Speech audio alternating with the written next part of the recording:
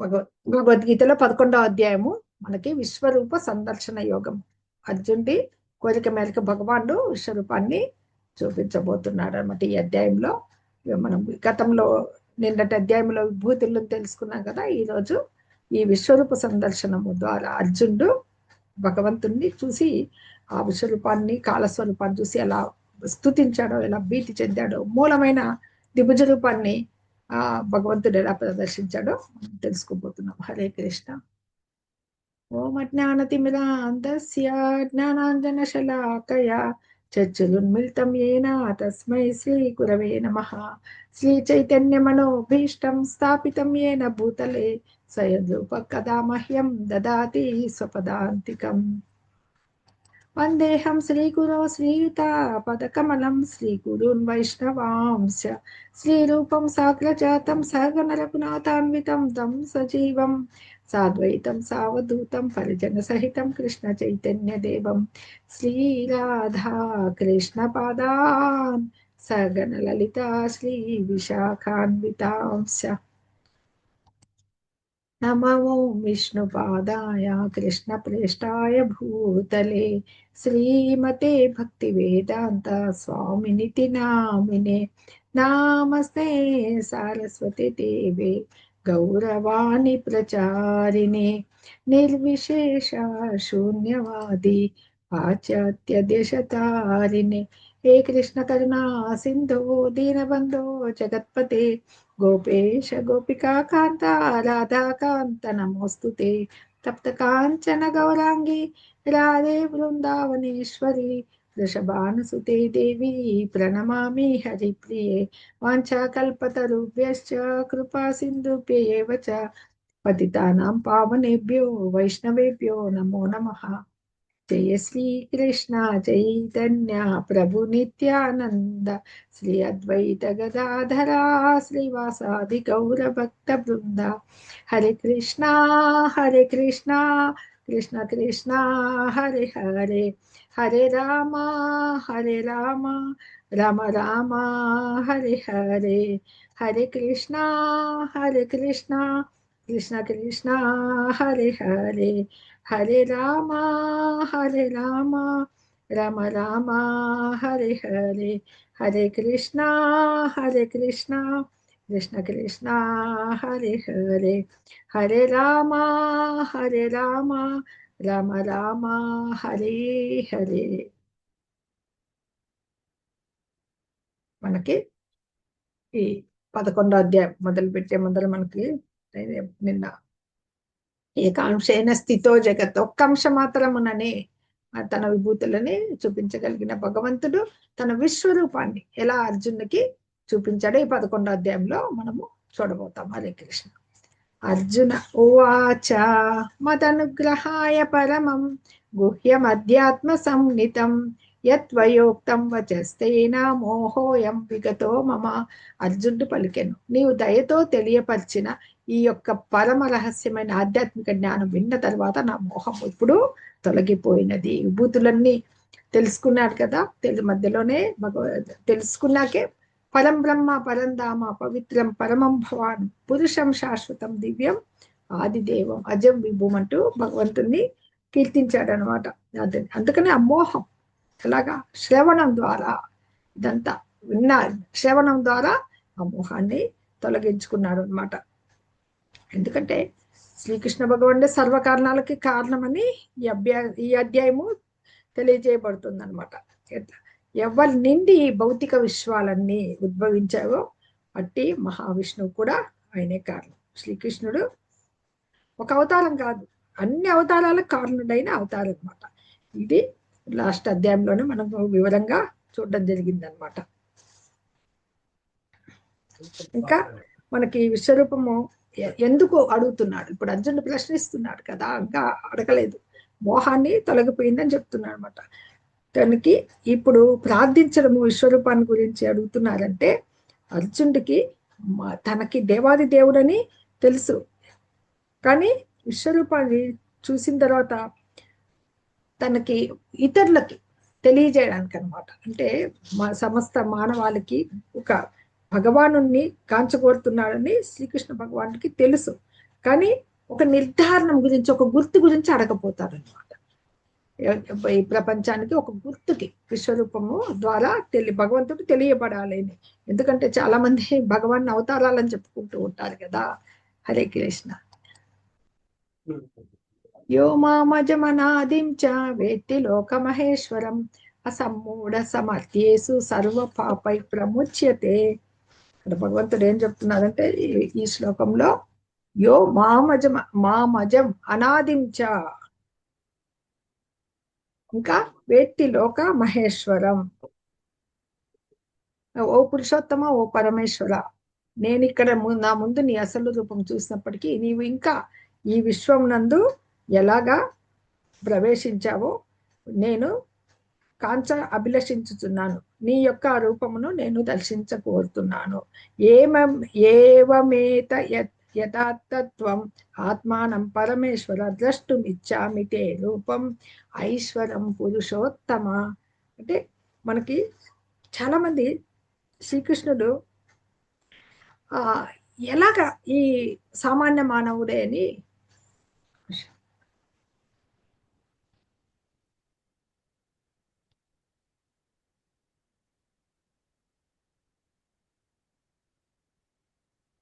భావించే అవకాశం కలిగిన భావిజనులకు విశ్వాసం కోసం అడుగుతున్నాడు అనమాట ఆయన.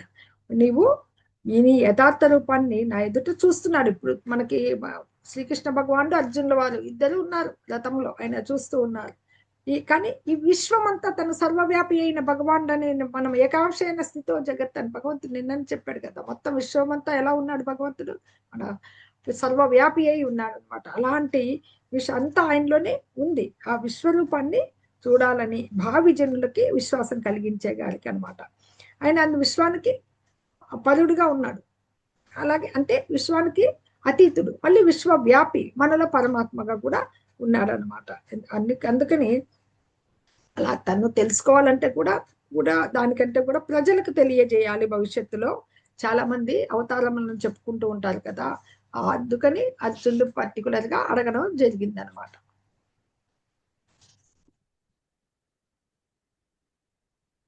Why did Arjuna ask Lord Krishna to show the universal form? ఎందుకు అడుగుతున్నారు అంటే, ఈ డౌటెడ్ కృష్ణుని మీద ఏమైనా దేవాదేవుడు కాదని అనుమానమా? అటువంటిది ఏమి లేదు. ఈ కన్సిడర్ హిమ్సెల్ఫ్ ఇట్ స్పెల్లర్, తను ప్రత్యేకమైన వ్యక్తి అని కాదు. To convince people who will consider Krishna as an ordinary person. భగవానుడు చాలా మంది తమలాగే సామాన్య మానవుడు అని భావించే వాళ్ళు ఉన్నారు కాబట్టి వాళ్ళకి తెలియపరిచేదానికి అనమాట. మన్యసే యది చర్చక్యం మయా ద్రష్టుమితి ప్రభో యోగేశ్వర తతో మే త్వం దర్శయాత్మానమవ్యయం. ఓ ప్రభు యోగేశ్వర, నీ జగద్రూపమును దర్శించగలిగే సమర్థత నాకు ఉంది అని నీవు నాకు అపరిమితమైన విశ్వరూపాన్ని నాకు చూపించుము. భగవంతుడి మన్యసే యది తచ్చక్యం, మన్యసే అది నీవు తలంచినచో, నీవి తలంచినచో, తచ్చక్యం అసాధ్యమని, ద్రష్టం చూచుటకు ఇది అని, ఓ యోగేశ్వర నాకు నీవు ఈ దర్శనాన్ని ఇవ్వు, నాకు సమర్థత ఉంది. అంటే ఈ మనకున్న ఈ ఇంద్రియాలు మామూలు భౌతికేంద్రియాలు కదా, మనకు ఎదురుగున్నది చూస్తాం. అవి మన ఎక్కడ మనం భగవంతుని దర్శించడం, నిజమైన భగవంతుని చూడటం అనేది, అవగాహన చేసుకోవడం అనేది కాదు. ఇంద్రియాలు ప్యూరిఫై కావు, అవి పవిత్రం అనర్చాలన్నమాట. అందుకని మనము భగవంతుని ఆధ్యాత్మిక స్ఫులింగాలే, ఆయన నిత్యాంశలమే. కానీ జీవులకి భగవాన్ దర్శనం కానీ అవగాహన కానీ సాధ్యం కాని విషయం అనమాట.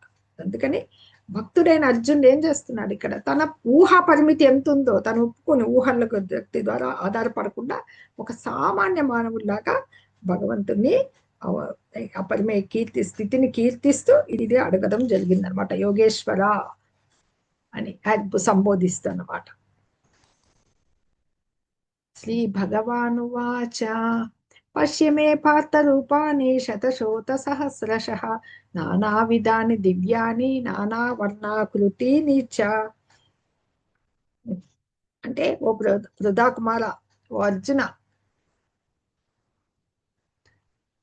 వందల కొద్ది వేల కొద్దిగా గల వివిధ అద్భుతమైన ఆకృతులు, పరిమాణములు, రంగులతో కూడిన నా యొక్క స్వరూపములు ఇప్పుడు చూడుము. అని భగవంతుడు చూపించడానికి ఒప్పుకున్నాడు అనమాట. ఇది ఆధ్యాత్మిక స్వరూపం అయినప్పుడు కూడా ఎందుకు వచ్చింది విశ్వస్వరూపము? ఈ భౌతిక ప్రకృతి కోసం అన్న విశ్వ సృష్టి కొరకు ఆయన భౌతిక ప్రకృతి యొక్క తాత్కాలిక కాలానికి ప్రభావితమై ఉందన్నమాట. అలాగే ఇది భౌతిక ప్రకృతి వ్యక్తం అవడం అవ్యక్తం అవడం, అంటే కనపడుతుంటుంది, మళ్ళీ ప్రళయం వచ్చినప్పుడు వెళ్ళిపోతూ ఉంటుంది కదా.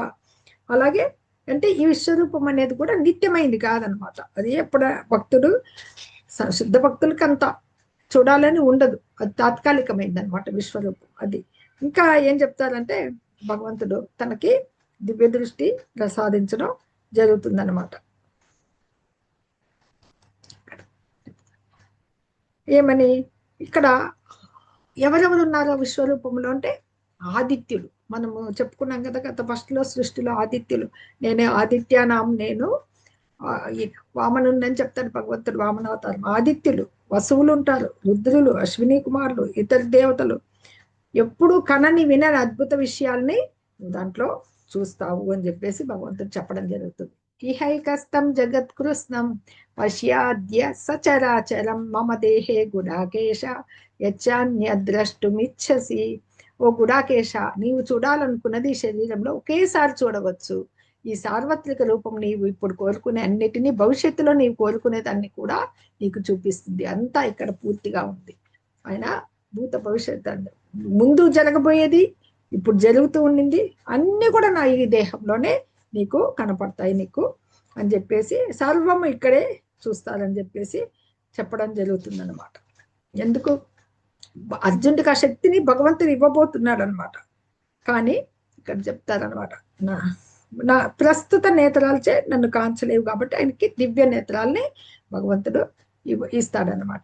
ఎందుకంటే విశ్వరూపాన్ని మనస్తో కాక ఆధ్యాత్మిక చక్షువులతో చూడాలన్నమాట. చూడాలి కాబట్టి మన దృష్టిని కొద్దిగా చేంజ్ చేసుకునేకి దివ్య చక్షువులతో చూడమని చెప్పేసి చెప్తున్నారు. కానీ భగవంతుణ్ణి అసలుకి నిజమైన భక్తులు ఎలా పొందగలుగుతారంటే ఆయనకి ప్రేమపూర్వకమైన సంబంధంతో కొలుస్తారనమాట. ఈ ఆయనకు శక్తులతో కాదు, భౌతికమైన శక్తులు చాలా చాలా ఉంటాయి భగవంతుడికి, ఎన్నో శక్తులు ఉన్నాయి. అలా శక్తులతో కాదు. మనము చూస్తే ఇక్కడ ఇది మనకు బృందావన లీలలు చూస్తే వాళ్ళ ముందరే చిన్న బాలుడుగా ఉన్నప్పుడే ఎంతో మంది రాక్షసుని సంహరించింటాడు శ్రీకృష్ణ భగవానుడు అనమాట. ఎవరెవరిని వాళ్ళని అగాసుడ్డని, పకాసుడ్డని, శకటాసుడ్డని, ఇంకా వ్యోమాసుడ్డని, ఎన్నో లీలలు. ఒక దావానలం అంటే గొప్ప కార్చిచ్చు ఉంటే ఒక్కసారి దాన్ని అంతా ఒక్కసారి మింగేస్తాడు అనమాట, అంత బాలుడే. ఇలాంటివంతా చూపించిన అక్కడ వాళ్ళంతా మిత్రులు కానీ తల్లిదండ్రులు కానీ అతడు విభూతుల్ని అవన్నీ చూడాలని వాళ్ళు కోరుకోరు. మా కృష్ణుడు గొప్పవాడు అన్నీ చేయగలడు అనుకుంటారు. కానీ వాళ్ళు కృష్ణ అంటూ వాళ్ళు మిత్రుడిగాను ఎంతో వాత్సల్య భావంతో సఖ్య భావంతో ఉంటారన్నమాట.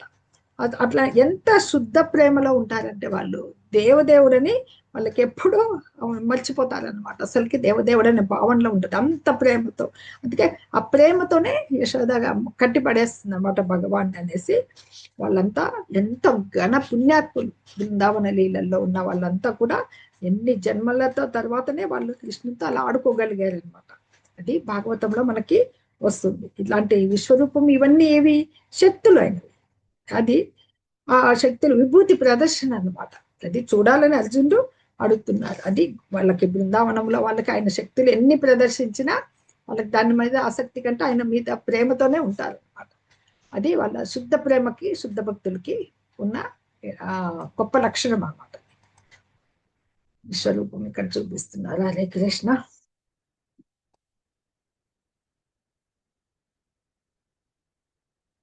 ఆ రూపం ఎలా ఉంటుందనేది మనకి ఇలాగా అక్కడ అప్పుడు ఇదంతా మనకి గీతోపదేశం అంతా ఎలా జరగబడుతోంది, వార్త యుద్ధ రంగంలో జరుగుతోంది. ధృతరాష్ట్రుడికి సంజయుడు వివరిస్తున్నాడు కదా, సెక్రటరీ ధృతరాష్ట్రుడికి చెప్తాడనమాట. అప్పుడు ఆ విధంగా విశ్వరూపాన్ని చూపించాడు అని. ఆ విశ్వరూపం ఎలా ఉంటుందంటే అనేక వక్ర నయనం, అనేక నేత్రాలతో, అనేక ముఖాలతో, అద్భుత దృశ్యాలతో, దివ్యాభరణాలతో, ఎక్కుపెట్టిన పెక్కు ఆయుధాలతో, ఇక్కడ చూడండి పెక్కు ఆయుధాలతో, ఇంకా మనకి అలంకృతమే కలిగి ఉంటుంది. పూమాలలు ఎన్నో వస్త్రాలు ధరించి సుగంధాలంతా ఉండే దేహంతో నిండి బాగా అంత ఆశ్చర్యమయము, ప్రకాశమయము, అనంతంగా సర్వవ్యాపకమై ఉంటుంది అనమాట. అవి సంఖ్యకు అంటే ఇన్ని ఉన్నాయి అనేది అందుకు లేదు, అనంతం. ఇప్పుడు అతనికి దివ్య దృష్టి ఉన్నప్పుడు ఇక్కడ ఉంటాడు, ఎదురుగా ఉంటాడు, పక్కన ఉంటాడు, వెనక ఉంటాడు, అంతా ఉంటాడు అనమాట. అంతా కనపడుతుంది. సామాన్య మానవుడు చూడలేదు. ఎందుకంటే ఆయన ఆ విశ్వరూపం చూపించినప్పుడు మనం మధ్యాహ్నం వెళ్ళి ఒక సూర్యుని చూడలేం వెలుగుని. ఒక్క సూర్యుని మనము మధ్యాహ్న సమయంలో మనం చూడలేము. అలాంటి 1000 సూర్యులు ఒకటేసారి వస్తే ఎంత వెలుగు వస్తుందో, ఎంత ప్రకాశమానంగా ఉంటుందో, అలాగా ఒకే శ్రీకృష్ణ భగవాన్ కర్ణతో ఒకే చోట చూడగలిగాడు అనమాట అర్జునుడు. అది భగవాన్ యొక్క అచింత శక్తి, ఊహాతీతమైన శక్తి అనమాట. ఇలా చూడగలిగాడు. ఇంకా 1000, if hundreds of thousands of suns rose up at once into the sky, they might resemble the effulgence of the supreme person in that universal form. లక్షలాది సూర్యులు ఒకేసారి ఆకాశంలో ఉదయిస్తే వాటి కాంతి ఆయన తేజస్సుని పొందినట్లుగా అంత తేజోమయంగా ఉంది అని ఇక్కడ చెప్పబడుతుంది ఈ ఇమేజెస్. అప్పుడు అర్జునుడు ఎంత దేవదేవుడి దేహంలో ఒకే చోట ఎన్నో విధాలుగా విభజింపబడి ఉన్న సమస్త ప్రపంచాన్ని దర్శించడం జరిగింది. ఎందుకంటే ఎక్కడున్నాడు అర్జునుడు? శ్రీకృష్ణ భగవాన్ రథంలోనే ఉన్నారు, వాళ్ళు దిగలేదు ఇంకా. కానీ దివ్య దృష్టి చూసినందుకు ఒక్క అర్జునుడే చూడగలుగుతాడు అనమాట. వేలాది లోకాలు చూస్తాడు, అన్ని ఎన్ని ఎట్లా ఎట్లా ఉన్నాయని చెప్పేసి ఆ లోకాలన్నీ కూడా అర్జునుడు తన రథంలో కూర్చునే భగవాన్ని చూడగలగడం జరిగింది అనమాట. అది ఇతరులకు ఎవరికి తెలియదు అక్కడ ఏం జరుగుతుంది. తత సవిస్మయావిష్టో హృష్టరోమా ధనంజయ ప్రణమ్య శిరసా దేవం కృతాంజలిరభాషత. అప్పుడు అర్జునుడు దిగ్భ్రాంతి చెంది విస్మయమునకు లోనయ్యాడు. రోమములు నిక్కబొడుచుకున్న వాడై నమస్కారం చేయడానికి తల వంచుకున్నాడు. చేతులు జోడించి పరమ ప్రభువును ప్రార్థించడం ప్రారంభించాడు. దిగ్భ్రాంతికి మామూలుగా ఏదైనా ఒక అద్భుతమైన విషయం చూసినప్పుడు ఎలా సంభ్రమాశ్చర్యాలకు లోనవుతారు, ఆ రకంగా లోనయ్యాడనమాట. ఇక్కడ సఖ్యుడు వాళ్ళిద్దరి మధ్య ఏ రసం ఉంది? సఖ్య రసం ఉంది. ఇప్పుడు ఆ సఖ్య రసం కాస 12 రసాలు ఉంటాయి యాక్చువల్గా. అందులో అద్భుత రసంలోకి మార్పు చెందాడనమాట. అది దిగ్భ్రాంతి. అద్భుత రసంగా మార్పు చెంది అసలు మనకి శ్రీకృష్ణ భగవానికి ఈ అద్భుత రస సంబంధంతో ఏం చేశాడు? ఉత్తేజితుడు అయిపోయాడు అనమాట. అయిపోయి ఇక్కడ అతను చెప్పాం కదా, ఒక సడన్ గా ఒక అద్భుత దృశ్యం అంతా 1000 సూర్యుల వెలుగుతో, అనేక ముఖాలతో, అనేక దేహాలతో, అనేక పూమాలతో ఒక అద్భుత దృశ్యాన్ని చూసేసరికి రోమాలు నిక్కపడుచుకున్నాయి. ఒకప్పుడు మొట్టమొదట మనకి అర్జున విషాద యోగంలో కూడా రోమాలు మండిపోయి, చర్మం మండిపోయి ఆ అద్భుత రసం విషాదంతో కూడింది.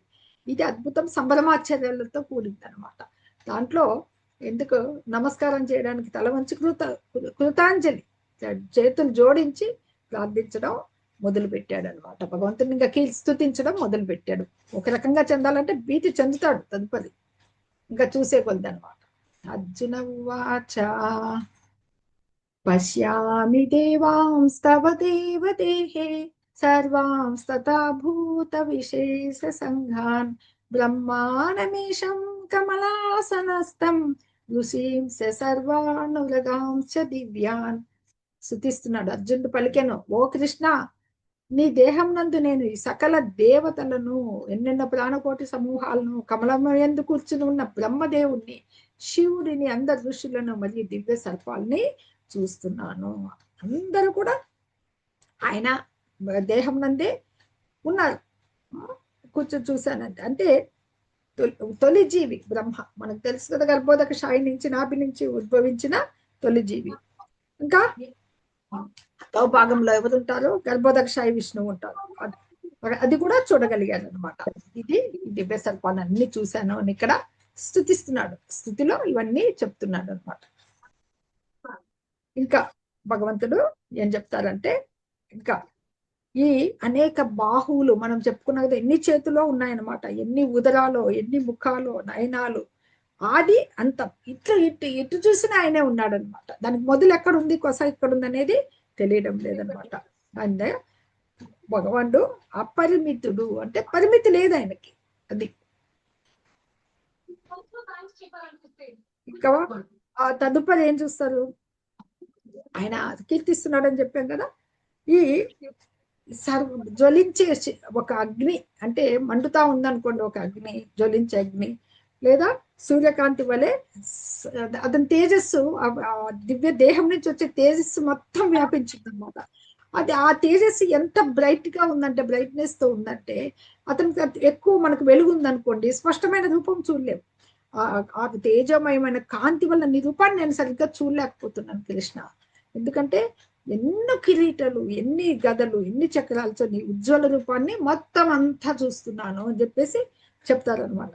నీవే ఏమైనా ఆదిత్యాయానివి, విశ్వమంతటికి పరమాధారానివి నీవే. ముందు చెప్పారు పరం బ్రహ్మవి అనేసి మనకి గత అధ్యాయంలోనే మొహాన్ని తొలగించుకున్నాడు అర్జునుడు. ఇప్పుడు సనాతనుడు, ఆది అంతా నీవే, విశ్వమంతటికి నీవే ఆధారం అని తన అభిప్రాయం చెబుతూ ఇంకా ఏం చెప్తున్నారంటే ఇక్కడ స్తుతిస్తున్నాడు. అనాది మధ్యాంతమనంత వీర్యం అనంత బాహుం శశి సూర్య నేత్రం పశ్యామి త్వాం దీప్త హుతాశవక్త్రం స్వతేజసా విశ్వమిదం తపంతం. నీవు ఆది మధ్య అంతము లేకుండా ఉన్నావు. ఎక్కడ మొదలైంది, ఎక్కడ మధ్య భాగం ఉంది, ఏది ఎండింగ్ అనేది తెలియడం లేదు. అనంతంగా ఉందన్నమాట శరీరం. ఎన్ని బాహువులు కలిగి ఉన్నావు, సూర్యచంద్రులు నేత్రాలుగా కనపడుతున్నాయి, నోటిలోంచి అగ్ని వస్తుంది అనమాట. ఈ తేజస్సుతో ఉత్తేజపరుచున్న అట్లాంటి విశ్వరూపాన్ని నేను ఇప్పుడు చూస్తున్నాను అని చెప్పేసి ఇక్కడ భగవంతుణ్ణి చెప్పడం జరిగింది. ద్యావా పృథివ్యోరిమంతరం హి వ్యాప్తం త్వయైకేన దిశశ్చ సర్వా దృష్ట్వాద్భుతం రూపముగ్రం తవేదం లోకత్రయం ప్రవ్యతితం మహాత్మన్. ఈ ఒక్కడివే అయినా ఆ ఆకాశమును సకల లోకాలను వాటి మధ్య గల ప్రదేశము ఓ మహా. మీ అద్భుతమైన, కొంచెం ఎవరో సౌండ్ వస్తుంది, మ్యూట్ చేయండి మాతది. ఈ అద్భుతమైన భయంకరమైన రూపాన్ని చూసి సకల లోకాలు భయంతో కంపించిపోవటం నేను గమనిస్తున్నాను. ఉన్నత లోకాల్లో వాళ్ళు ఉన్నారు కదా, వాళ్ళకి తెలుస్తుంది అనమాట. దేవతలు కాబట్టి వాళ్ళు కొంచెం ఉంటాయి. ఎన్నో లోకాలు మనం ఊర్ధ లోకాలు చూసాం, జనలోకం, తపోలోకం, మహర్లోకము, అలా. ఈ యొక్క ఆకాశము సకల లోకాలకు మధ్య గల ప్రదేశాన్ని అంతా వ్యాపించున్నాడు. ఈ అద్భుతమైన భయంకర రూపం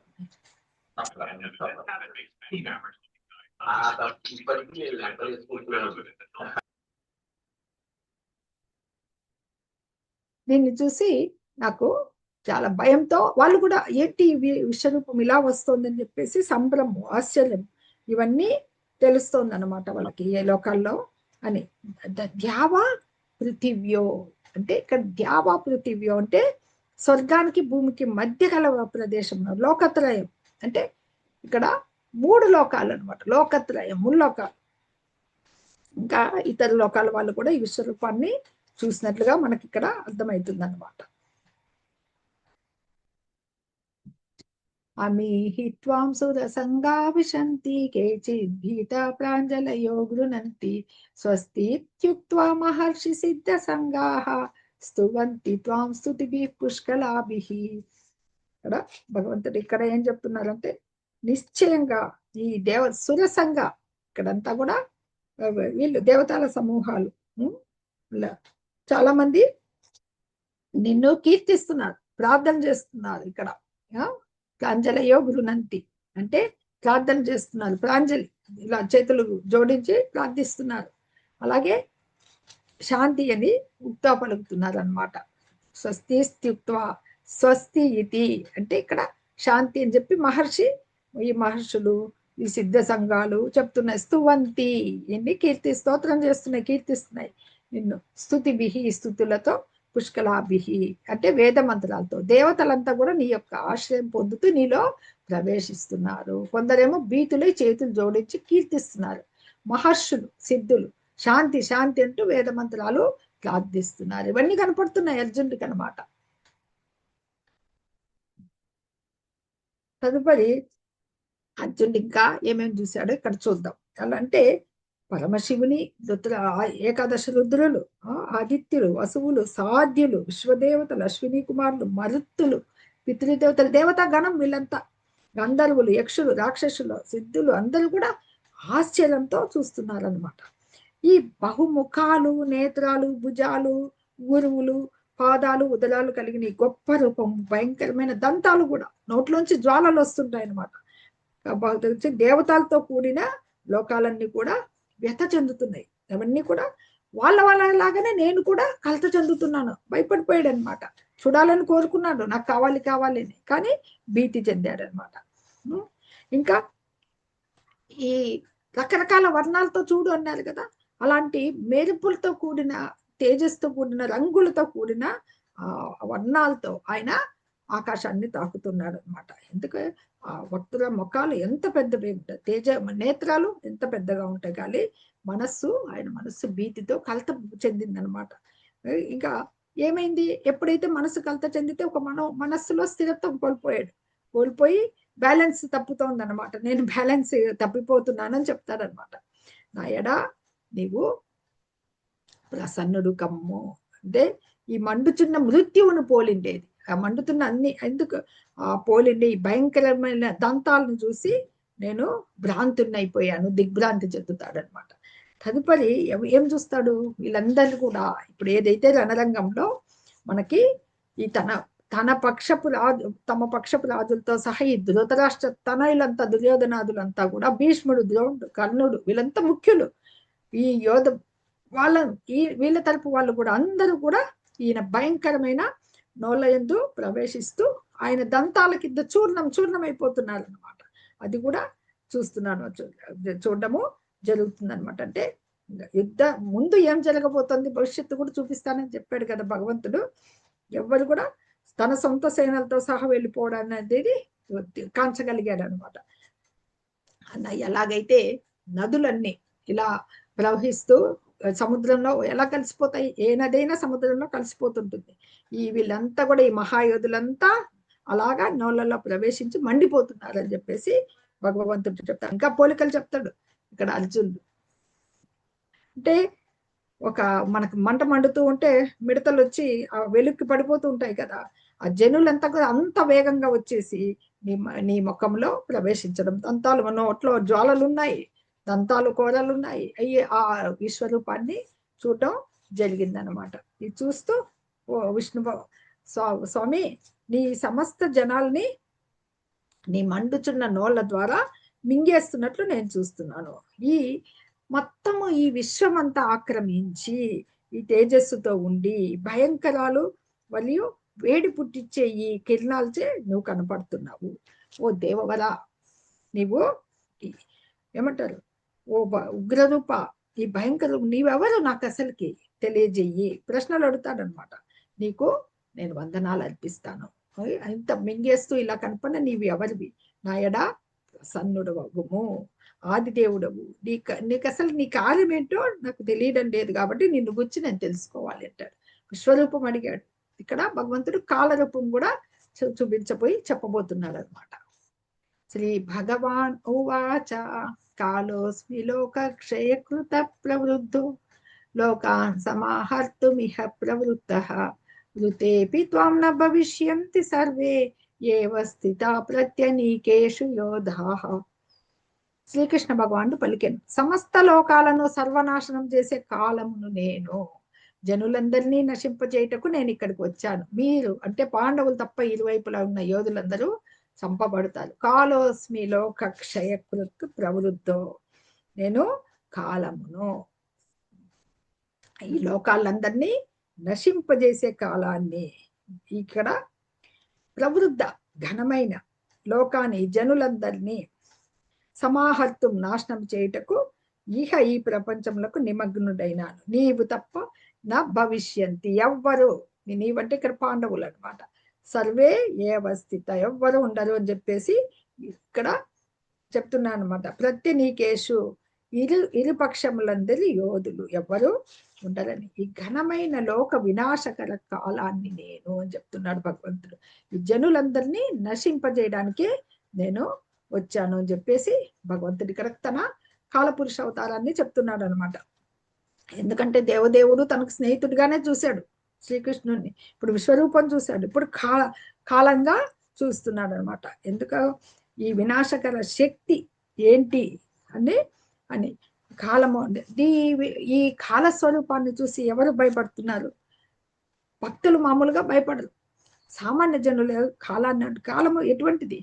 ఎవరినైనా మింగేస్తుంది. అంటే ఇక్కడ ఈ ప్రస్తుత రూపము ఎవరు బ్రాహ్మణులు కానీ క్షత్రియులు కానీ ఎవరు ఏమీ లేదు, ఎవరైనా దేవదేవునికి ఆహారం లాగా మింగివేయబడతారు. అంటే కాలం ఇది సర్వాన్ని హరించే కాలం అన్నమాట. ఎందుకంటే కాలంగా భగవంతుడు తనను తాను ప్రదర్శిస్తున్నాడు ఇక్కడ. అర్జునుడు తప్ప ఇద్దరు రంగంలో ఎవరు లేరంటే గెలుపు అర్జునుడికి తథ్యం. ఇంకా ఏం చెప్తారు ఇక్కడ నెక్స్ట్ శ్లోకంలో మనము చూద్దాం. తస్మాత్ త్వముత్తిష్ట యశో లభస్వ జిత్వా శత్రున్ భుంక్ష్వ రాజ్యం సమృద్ధ్వం మయైవైతే నిహత పూర్వమేవ నిమిత్త మాత్రం భవ సవ్యసాచి. భగవంతుడు చెప్తున్నాడు, ఈయన కాలస్వరూపంగా సకలాన్ని నేను సర్వాన్ని హరించేవాడు అయితే యుద్ధం రంగంలో ఎవరు చనిపోతారు? అందుకే లెమ్ము లేచి యుద్ధ సన్నద్ధుడు కీర్తిని గడించుము, శత్రువులను జయించి సమృద్ధమైన రాజ్యాన్ని అనుభవించు. నా ఏర్పాటుచే వారు ముందే సంహరింపబడి ఉన్నారు. వాళ్ళంతా ఆయన దంతాల్లో చిక్కుకుని భీష్మ ద్రోణాదులు లేదు, కర్ణులు లేదు, దుర్యోధనాదులు లేదు, అందరూ హరించబడ్డారనమాట. అంటే ఇక్కడ ఈ యుద్ధంలో నువ్వు ఒక ఇన్స్ట్రుమెంట్వి, పనిముట్టు, నిమిత్త మాత్రం భవ సవ్యసాచి. అర్జునుడు ఇక్కడ ముఖ్యమైనది ఇక్కడ ఏంటి తెలుసుకోవాల్సింది? అర్జునుడు సవ్యసాచి అని ఎందుకు సంబోధిస్తున్నాడు? తను 2 చేతులతోనూ బాణాలు వేయగలిగాడు, అంతా గొప్ప వీరుడు. అర్జునుడి చేతుల్లో బాణాలు అనేటివి అతనికి పనిముట్లు కావచ్చు, అంటే తను ఎలాగైనా వేసి లక్ష్యాన్ని సాధించవచ్చు. కానీ అర్జునుడు భగవంతుడి చేతిలో కేవలము ఒక పనిముట్టు మాత్రమే, ఒక ఇన్స్ట్రుమెంట్ మాత్రమే. అంటే భగవంతుని చేత వీళ్ళంతా ముందే హరింపబడ్డారనమాట, సంహరింపబడ్డారు. ఏం చేసేది కేవలం నిమిత్త మాత్రుడు. అది ఇక్కడ ముఖ్యంగా చెప్తున్నారు అనమాట. ఎందుకంటే భగవంతుని ప్రణాళిక అది. ఒక భగవంతుడి ప్రణాళికని, ప్రకృతి నియమాల్ని ఎవరు దాటలేరనమాట. అది భగవంతుడి ఇక్కడ లేచి కీర్తిని పొందు, శత్రువుని జయించు. వీళ్ళంతా ముందే నా చేత చంపబడ్డారు. నీవు చంపేది అనేది కేవలం తాత్కాలికం. ఈయన చంపలేదనుకోండి, వాళ్ళు ఇంకో యుద్ధంలో చనిపోవచ్చు, ఇంకొక రకంగా చనిపోవచ్చు, లేదు వృద్ధులై చనిపోవచ్చు. కాలం హరిస్తుంది, కానీ వాళ్ళు శాశ్వతం కాదు కదా. అది భగవంతుడు ఇక్కడ చెప్తున్నాడు అనమాట. అర్జున ఉవాచ. తదుపరి ఈ ద్రోణుడు, భీష్ముడు, కర్ణుడు అందరూ కూడా ఇది వరకే నా చేత చంపబడ్డారు. కాబట్టి నీవు వారిని సంహరింపు. ముందే నేను కాలం చేత ఏ మాత్రం వ్యతనొందక యుద్ధాన్ని చెయ్యి, శత్రువుల్ని ఇలా రంగంలో చంపగలవు అని చెప్పి మరి తదుపరి అర్జునుడు ఏం చేస్తారంటే అక్కడ ధృతరాష్ట్రంగా సంజయుడు చెప్తున్నాడు అనమాట. ఈ దేవదేవుని పలుకులు విన్న తర్వాత కంపిస్తున్నాయి, చేతులు వణుకుతున్నాయి అర్జునుడికి. చేస్తే మరల నమస్కారం చేస్తూ ఆయనకి ఇలా అంటాడనమాట. స్థానే హృషికేశ తవ ప్రకీర్త్యా జగత్ ప్రహృష్యత్యనురజ్యతే చ రక్షాంసి భీతాని దిశో ద్రవంతి సర్వే నమస్యంతి చ సిద్ధ సంగాః. స్థానే హృషికేశ, ఇంద్రియాలకి ఆయన అధిపతి ఎవరు? హృషికేశుడు. ఈ రకంగా నీ మహిమని పొగుడుతూ జగత్తంతా ఆనందం, అనురాగం పొందుతోంది. రాక్షసులేమో భయపడి పారిపోతున్నారు. భగవంతుడిని చూస్తే ఎప్పటికీ అసురులు ఉండరు. సిద్ధుల సంఘాలు నీకు నమస్కరిస్తున్నాయి. నీ విషయంలో ఇదంతా సమంజసమే. ఎందుకంటే ఇక్కడ కురుక్షేత్ర సంగ్రామ ఫలితం తెలిసిపోయింది. ఆ కృష్ణుని ద్వారా అర్జునుడికి ఏం జరగబోతోందని. అది కరెక్టే. ఎందుకంటే అంతా కూడా పరమ భక్తునిగా, స్నేహితుడిగా ఉన్నారు. ఆయనకంతా ఆయనే భక్త పోషకుడు, భక్త వత్సలుడు శ్రీకృష్ణ భగవానుడు. ఆయనే ఈ సర్వానర్థాలను అన్ని నశింపజేసేవాడు. ఆ కార్యాలు ఎలా ఉంటాయని అందరికీ సమంగా హితం కోరినట్టువే. అక్కడ ఇక్కడ వీళ్ళిద్దరు నిలిచి ఉండి భగవంతుని విశ్వరూపం కారణంగా ఏం జరుగుతోంది? ఉత్త లోకాలు చూడగలుగుతున్నాయి. అనంతమైన విశ్వరూపం కదా అది. అక్కడ దేవతలు, సిద్ధులు, ఉత్త లోకాల వాళ్ళు చూస్తున్నారని అర్జునుడికి అవగతమైందనమాట. అది దర్శించినప్పుడు దేవతలు భగవానుడే ఈ రూపం తీసుకున్నారని వాళ్ళు స్థుతిస్తున్నారు, సంతోషం పడుతున్నారు. రాక్షసులేమో వాళ్ళకి సహజ భీతి కదా, వినాశకర రూపం అంటే వాళ్ళు పారిపోతున్నారు. ఈ విధంగా కీర్తిస్తున్నారు, మన ప్రార్థిస్తున్నాడు అనమాట. ఇంకా ఏం చేస్తున్నారు చూస్తాము. హరే కృష్ణ. ఇంకా కొన్ని, నీకు జగన్నివాస అనంత దేవదేవ, నీవు అక్షయమగు మూలవి, సనాతనుడివి, ఆది పురుషుడివి, ఆశ్రయము ఇవన్నీ మొత్తం నీ చేత అంతా ఆవరించబడి ఉంది అనేసి వాయువులు, దేవతలు అందరికీ నీవే మూల కారణము. నీకు భయపడి ఎలా నమస్కరిస్తున్నా అంటే, నమ పురస్తాదత పృష్టతస్తే నమోస్తుతే సర్వత ఏవ సర్వ అంటే, నీకు ముందు నుంచి, వెనక నుంచి, పక్క నుంచి, సర్వ దిక్కుల నుంచి, ఈ పక్క ఆ పక్క అన్ని దిక్కుల నుంచి అంతా ఉన్నాడు కదా, నీకు నమస్కారము. అందుకని సర్వము నీవే, సర్వవ్యాపివి. అడిగాడు ఈ విశ్వంలో నీవు సర్వవ్యాపిగా ఎలా ఉన్నావు అని అడిగాడు కదా. దానికన్నమాట అన్ని వైపుల నుంచి తన స్నేహితుడే అయినా కానీ శ్రీకృష్ణుడికి ప్రేమ పారవశ్యంతో ఇలాగా నమస్కారాలు అర్పిస్తున్నాడు అనమాట. ఆయనకి ఒప్పుకునే ఈ అలాగే నెక్స్ట్ ఇంకా ఏం చెప్తారంటే, ఆయనకి నిన్ను తదుపరి అంతవరకు ఇద్దరు ఫ్రెండ్స్ కదా, మామూలుగా స్నేహితులు ఎలా ఉంటారు, ఎలా సంబోధిస్తుంటారు, స్నేహితులే కాకుండా మేనమామ కుమారుడు. ఎవరికి? తన తల్లి అయిన కుంతికి అన్న కుమారుడు, వసుదేవుని కుమారుడు కదా. అందుకని శ్రీకృష్ణ భగవాన్ని సోదరి అయిన సుభద్రని వివాహం ఆడాడు. ఈ రకంగా ఎంతో చనువు ఉంటుంది సఖ్యభక్తులు.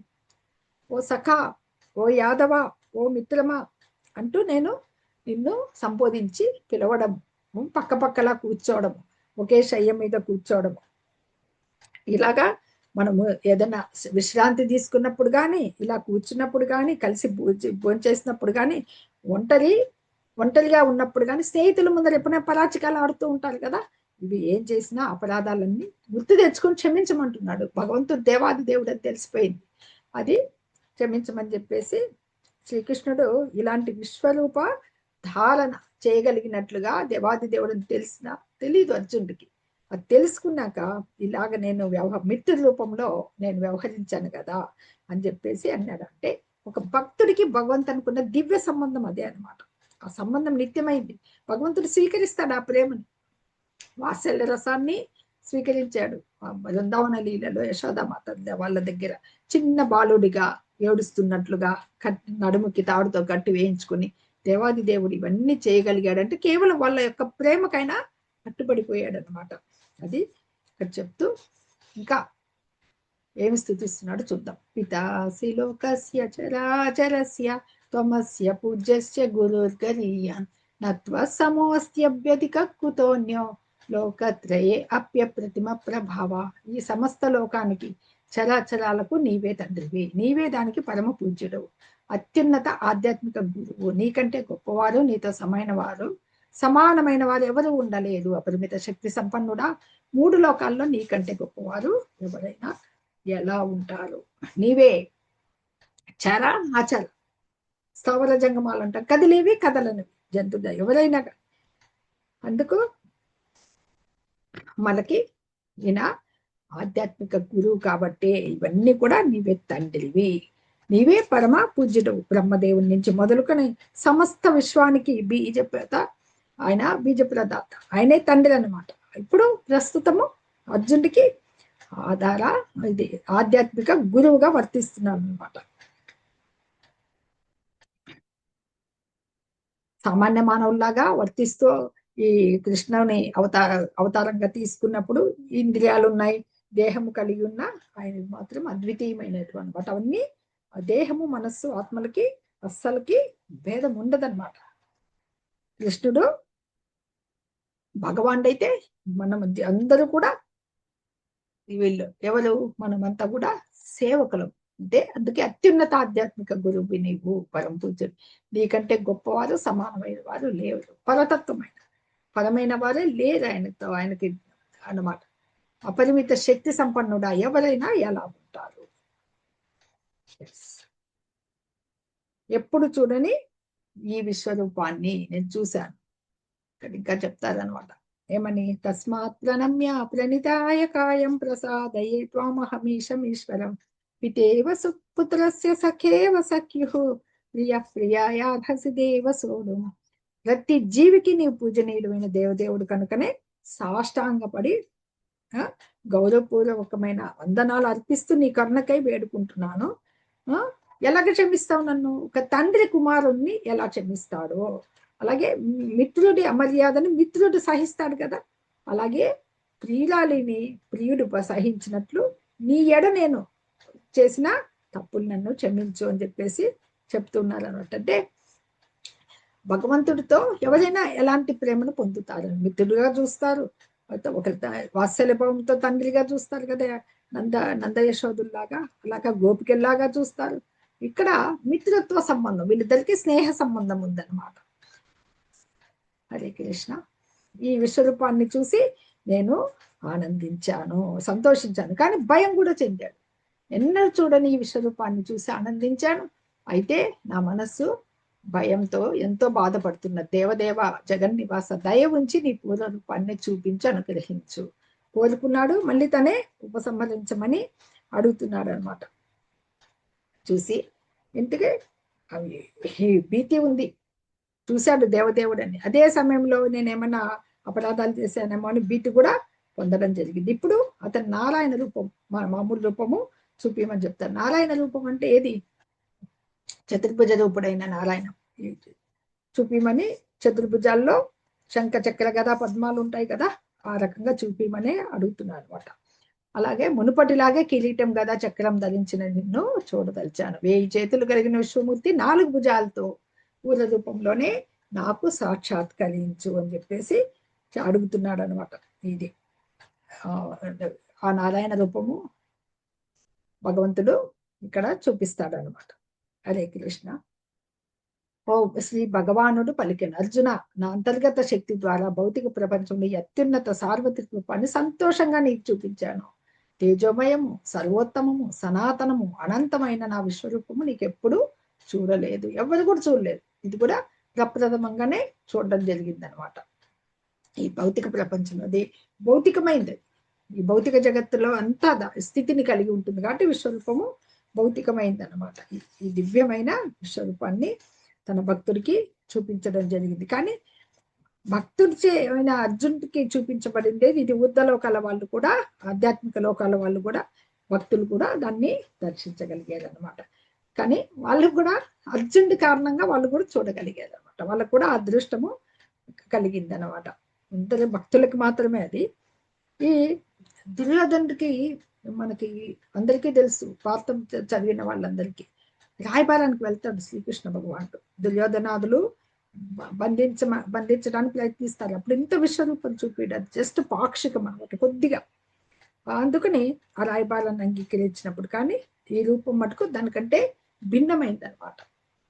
ఈ రూపాన్ని పూర్వం ఎవరు చూడలేదని ఇక్కడ భగవంతుడే ఇక్కడ స్పష్టం చేస్తున్నారు అనమాట. సంజయ ఉవాచ అంటే ఇంకా భగవంతుడు ఏం చెప్తారంటే, వేదాలు చదివినా కానీ, యజ్ఞాలు చేసినా కానీ, దానాలు చేసినా, పుణ్యకర్మాలు చేసినా, ఏం చేసినా, ఉగ్రమైన తపస్సులు చేసినా కూడా భౌతిక జగంలో ఈ రూపంలో భగవంతుని చేత ఎవరు దర్శింపబడలేరు అనమాట. భగవంతుని దర్శింపబడరు వాళ్ళకి, ఎందుకంటే పూర్వం ఎవ్వరూ చూడలేదని భగవంతుడు చెప్తా ఉన్నారు అనమాట. అది తదుపరి ఈ ఘోరమైన రూపం చూసి నీవు కలత చెందావు, వ్యథ చెందావు, భ్రాంతి చెందావు, కాబట్టి అదంతా నిన్ను తొలగిపోతుందిలే. కానీ నీవు ప్రశాంత మనస్సుతో ఇప్పుడు నా చతుర్భుజ రూపాన్ని చూడాలని చెప్తాడనమాట. ఇక్కడ మనకి సంజయుడు మళ్ళీ చెప్తున్నాడు కదా, ఇత్యర్జునం వాసుదేవస్తథోక్త్వా స్వకం రూపం దర్శయామాస భూయః ఆశ్వాసయామాన చ భీతమేనం భూత్వా పునః సౌమ్య వపుర్మహాత్మా సంజయుడు అర్జున్తో ఇట్లా, క్షమించాలి, సంజయుడు ధృతరాష్ట్రంతో ఇలా అన్నాడు. భగవంతుడైన కృష్ణుడు అర్జునుడితో ఇలా మాట్లాడి అతని చతుర్భుజ రూపాన్ని ప్రదర్శించాడు. చివరికి అతను తన దిగ్భుజ రూపాన్ని అతనికి చూపించాడు. తద్వారా భయపడే అర్జున్ని ఓదార్చాడు. ఇత్యర్జునం వాసుదేవస్తతోక్త్వా చెప్పి తన ఈ చతుర్భుజ రూపం, 4 భుజాలు ఉన్న రూపాన్ని చూపించాడు అనమాట.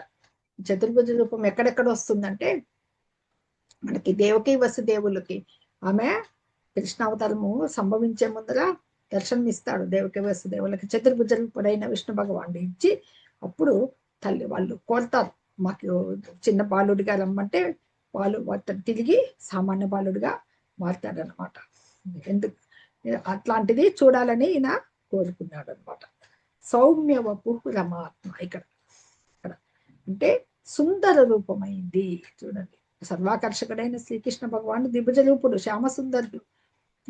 ఇక్కడ సౌమ్యమైన ఆ రూపాన్ని చూపించమని అంటున్నారు. సౌమ్య రూపం అంటే అత్యంత సుందరమైన రూపమని అర్థం అనమాట.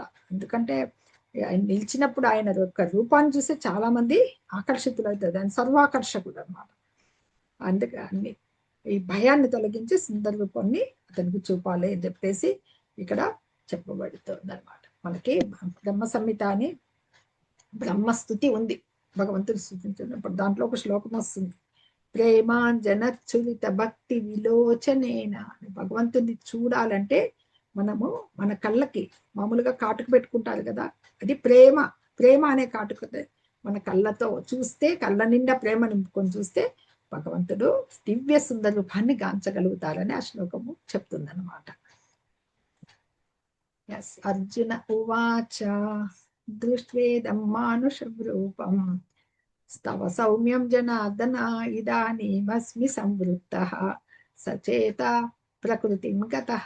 అర్జునుడు ఇలా అన్నాడు, ఓ జనార్దన, అత్యంత సుందరమైన నీ మనుష్య రూపం చూసి నా మనసు శాంతించినది. నేను మళ్ళీ నా సహజ స్వభావాన్ని పొందినాడు. ఆ భీతి నుంచి బయటపడ్డాడు, దిగ్భ్రాంతికి లోనయ్యాడు, భ్రమాలు కంపించిపోయాయి, భయపడిపోయాడు కదా అర్జునుడు. మానుషం రూపం అంటే ఈయన ఎలా విశ్వరూపాన్ని చూపించి మళ్ళీ మానుష రూపాన్ని తీసుకున్నాడు, కానీ ఆయన మానుష కాదనమాట. ఇక్కడ ఎన్ని రకాలుగా చూపించాడు. తొలుత విశ్వరూపం, చతుర్భుజ నారాయణ రూపము, కాల రూపం చూపించాడు అని చెప్పి ఈ రకంగా విశ్వరూపాన్ని ప్రదర్శించినప్పుడు ఆయన ఎంత దేవాది దేవుడు అనేది అర్జునుడు అవగతం చేసుకోగలిగాడు అనమాట. ఇప్పుడు అతను శాంతించాడు, మనసు శాంతి ఉంది. మత్కర్మ కృన్మత్పరము భగవంతుడు చెప్తాడనమాట, నీవు ఈ దర్శించుతున్న ఈ రూపాన్ని, నీకు అత్యంత ప్రియమైన రూపాన్ని కోసము దేవతలు కూడా ఎదురు చూస్తూ ఉంటారని చెప్పేసి చూపిస్తారనమాట. భగవంతుడి దివ్య రూపము గుహ్యమైంది, అసలుకి అది ఎంతో సుందరమైంది, సుదుర్దర్శం అని చెప్పబడుతుంది అనమాట. ఆయనకి దేవతలు కూడా ప్రార్థన చేసి అతని దర్శనం కోసము ఎదురు చూసేవాళ్ళు. ముందుగా దేవకి గర్భవతిగా ఉన్నప్పుడే దేవతలు వచ్చి ప్రార్థిస్తారనమాట, నీవెప్పుడు ఉద్భవించబోతున్నావు అని చెప్పి లోకాల నుంచి ఇచ్చేసి ఆ సమయంలో ప్రార్థన చేసి వెళ్తారనమాట. భగవంతుని చూడాలని అంత తహతహలారా దేవతలకు కూడా ఉంటుందన్నమాట. ఇక సామాన్య మానవులేమో ఆయనేమో సామాన్య మానవుడని భావిస్తూ ఉంటారనమాట. ఆయన ఎలాగ మనకి ఆయనకు దర్శనీయుడు, ఆయన గురించిన శ్రవణం కీర్తనం నవవిధ భక్తి మార్గాలు, ముఖ్యంగా ఆయన లీలల గురించి, ఆయన గురించి నిరంతరం శ్రవణం చేస్తూ ఉంటే భగవంతుడు వాళ్ళకి ప్రియం దగ్గరికి రాగలుగుతాడనమాట. అదే ఆయనకి తనని తాను విషదపరచుకోవాలి.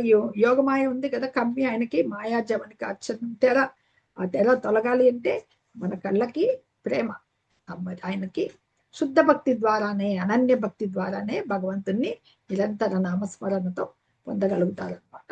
అది భగవంతుణ్ణి కూడా అదే ఇప్పుడు ఏదైతే చూస్తున్నారో అర్జునుడు, ఆ రూపాలన్నీ కూడా వేదాలు తపస్సులతో ఎవరు పొందలేరనమాట. అది భక్తులకు మాత్రమే సాధ్యమవుతుంది భగవంతుని చేసుకోవడం అనమాట. అనన్య భక్తే దానికి ఆయనకి తెలియబడుతుంది, ప్రత్యక్షంగా దర్శించగలుగుతుంది అనమాట. అది భగవంతుడే విశదపరుస్తాడు. ఆ రకంగానే మనకి మనకి ఇక్కడంతా కూడా చైతన్య మహాప్రభు అట్లాంటి కృష్ణ ప్రేమ అందరికీ పంచడం జరిగింది. హరే కృష్ణ మహామంత్ర జపం ద్వారా అన్నమాట. అది భక్తులకి కృష్ణ భక్తిని ప్రచారం చేసే ఆ ద్వారానే ఎలాగ పొందగలుగుతారు అని చెప్పేసి మనం చేసే సేవలు ఆయనకి ప్రీతికరం కాగలుగుతాయి అన్నమాట.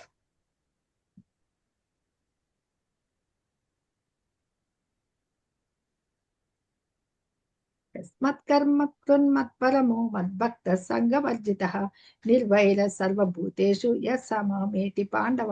ఓ అర్జున, కామ్యకర్మలు మానసిక కల్పనం అనే కల్మషముల నుండి విముక్తుడై నా పట్ల భక్తితో ఉంటూ నా కొరకే కర్మ చేసిన వాడు నన్నే తన జీవిత పరమ లక్ష్యముగా చేసుకొని సర్వభూతముల పట్ల విరోధ భావం లేకుండా ఉంటాడు. అటువంటి భక్తుడు తప్పక నన్నే చేరుకుంటాడు అన్నమాట. ఇక్కడ ఏం చెప్తున్నారు భగవంతుడు? తనని ఎలాగ చేరుకోవాలి, ఆ విధానాలు ఇక్కడే చెప్తున్నారు. ఐదు రకాలుగా ఉంటుంది. మత్కర్మ అంటే నా యొక్క కర్మలు చేయటం ద్వారానే నిమగ్నమైన వాడు, అంటే తన ఆధ్యాత్మిక కర్మం కోసం అన్నమాట. ఈ అసలుకి మనకి భగవద్గీత దేని కొరకు ఉద్దేశించబడింది? ఈ భౌతిక జగత్తులో నిరంతరము సుఖించాలని కాదు, నిజమైన ఆధ్యాత్మిక జీవితము తెలుసుకోబడిన బద్ధ జీవులు అంత బందీలం కదా, వాళ్ళ కోసమే భగవద్గీత ఉద్దేశింపబడింది అనమాట. అప్పుడు ఈ ఆధ్యాత్మిక కర్మలు అంటే భగవంతుని కోసం కర్మలు చేసే విజయాన్ని తెలుసుకోవాలంటే మత్కర్మ, ఏ కర్మ అయినా మనం చేస్తాం నిష్కామ కర్మ, భగవంతుని కొరకే ఆచరించాలి. అదే కృష్ణ కర్మలు అని చెప్తూ ఉంటాం కదా. మనకి ఏ వ్యాపారం చేసినా, ఏది దానం ఇచ్చినా, ఒకవేళ ఆ భోక్త కావాలని భగవంతుడినే కోరుకోవాలన్నమాట. మనం భగవంతుడి కోసమే అని దాన్నంతా కొంచెం కోట్లు ఉంటాయి కొంతమందికి. దానం భగవంతుడి దీనికోసం చేయొచ్చు, మందిరానికి చేయొచ్చు, పుస్తక వితరణ చేయొచ్చు, భగవద్గీత ప్రచురణ చేయొచ్చు, ప్రసాద వితరణ చేయొచ్చు, ఎన్నో రకాలుగా. కొంచెం బీదవాళ్ళు ఉన్నారనుకోండి, తులసి మొక్కను పెంచవచ్చు, తులసి దళాలు భగవంతునికి సమర్పించవచ్చు. ఎన్ని మార్గాలు ఉన్నాయి మనకి. ఆయన పత్రం పుష్పం ఫలంతో ఏది ఇచ్చినా తీసుకుంటారు కదా ఆయన. అలాగే మత్కరం అయిపోయింది కదా. మత్పరము అంటే ఏమి? మనకి భగవంతుణ్ణే, ఆయన సాహచర్యమే మనకి పరమగతి అని తెలుసుకున్నవాడు అనమాట. జీవితం యొక్క అత్యున్నత లక్ష్యం ఏంటంటే భగవంతుని సాహచర్యం పొందాలి అని చెప్పేసి, అక్కడ ఎటువంటి లోకాలు వద్దు, నాకు ఒక భగవంతుడి గోలోక బృందావనమే కావాలి అనేసి, అది మత్పరము. ఆయన పట్ల కర్మలు చేయాలి, ఆయన సాహచర్యం కోవాలి. మద్భక్త అంటే ఆ భక్తుడు ద్వారా భక్తుడుగా మారాలంటే నవవిధ భక్తి మార్గాలు: శ్రవణం, కీర్తనం, స్మరణం, పాదసేవనం, అర్చనం, వందనం, అట్లా ఆయన యొక్క దాస్యం, సత్యమాత్మ నివేదనం, ఇవన్నీ పూర్ణంగా అప్పుడు మద్భక్త, భక్తుడిగా మాట్లాడు. సంఘవర్జిత, మొత్తము ఇది నాస్తికులైన వారికి దూరంగా ఉండాలి. ఎవరైతే భక్తి లేని వాళ్ళకి దూరంగా ఉండడమే జరగాలన్నమాట. నాస్తికులైన వాళ్ళకి సంఘవర్జిత. మత్కర్మ, మత్పరము, మద్భక్త, సంఘవర్జిత, నిర్వైర. ఇక్కడ నిర్వైర అంటే మనకి భౌతిక కల్మషాల నుంచి విడివడి ఉండాలన్నమాట. అది ముఖ్యంగా ఈ దీని ద్వారా ఇక్కడ భగవంతుడు నన్ను మామేతి పాండవ, నన్నే పొందుతారని చెప్పినప్పుడు ఈ పదాలన్నీ ఈ రకంగా శత్రువులు లేకుండా ఉండాలి. నిర్వైర అంటే సర్వభూతాల పట్ల విరోధ భావం లేకుండా ఉండడం అనమాట. వైరి అంటే శత్రువు. నిర్వైర శత్రుత్వం లేకుండా ఉండాలి. ఇదే శుద్ధ భక్తి. ఈ విధంగా ఈ 5 మార్గాలు చెప్తూ సర్వభూతేషులో ఎవరికి శత్రుత్వం లేకుండా మామేటి పాండవ, వాళ్ళు ఎవరైతే నన్ను చేరుతారు ఓ పాండవమాల అని చెప్తూ ఈ భక్తి మార్గాలు భగవంతుడి ఇక్కడ చెప్పడం జరిగిందనమాట.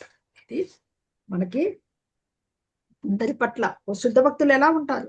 అందరి పట్ల సమభావంతో ఉంటారు. ఒకళ్ళు మిత్రుడని కానీ ఒకళ్ళు శత్రువు అని కానీ ఎప్పటికీ భావించలేదు. ఎందుకంటే కృష్ణ భక్తి ప్రచారం చేసినప్పుడు అవతల వాళ్ళు భక్తి ఉందా లేదా అనే కంటే కూడా భక్తి ఉన్నవాడిని కానీ లేని వాడిని కానీ ఎవరినైనా కానీ సమానంగానే చూస్తారనమాట పైకి. అది అలాగే ఇక్కడ మొత్తం ఈ చాప్టర్ యొక్క సారాంశం ఏమంటే, ఇది తాత్కాలిక ప్రదర్శనమైన విశ్వరూపం. దీన్ని అర్జునుడు అందరికీ తెలియజేయడానికి చూడాలని కోరుకున్నాడు కదా, చూశారు. తదుపరి ఏం చూశారు? సర్వాన్ని హరించే కాల రూపాన్ని చూశారు. చతుర్భుజ రూపుడైన శ్రీకృష్ణ భగవాన్ని దర్శించాడు. ఇవన్నీ కూడా మూలాధారం ఎవరు? శ్రీకృష్ణ భగవానుడే అని భక్తి మరియు ప్రేమతో శ్యామ సుందర రూపాన్ని హృదయం నందు నిత్యము ఈ రకంగా కాంచుచు ఇంకా వేరే అన్యాన్నే చూడరనమాట. అందుకనే ఈ రూపమే, ఈ శ్రీకృష్ణ రూపమే ప్రధానమైందని, దివ్యమైందని ఈ 11వ అధ్యాయం చూసిన తర్వాత అర్జునుడు అవగాహన చేసుకోగలిగాడు. ప్రతి ఒక్కరు కూడా అవగాహన చేసుకోవాల్సిన విషయము ఈ విశ్వరూప సందర్శన యోగంలో విదితమవుతోంది అనమాట. హరే కృష్ణ.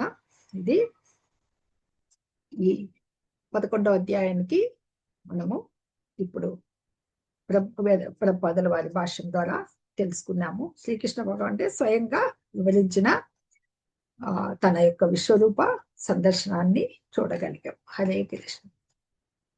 ధన్యవాదాలు.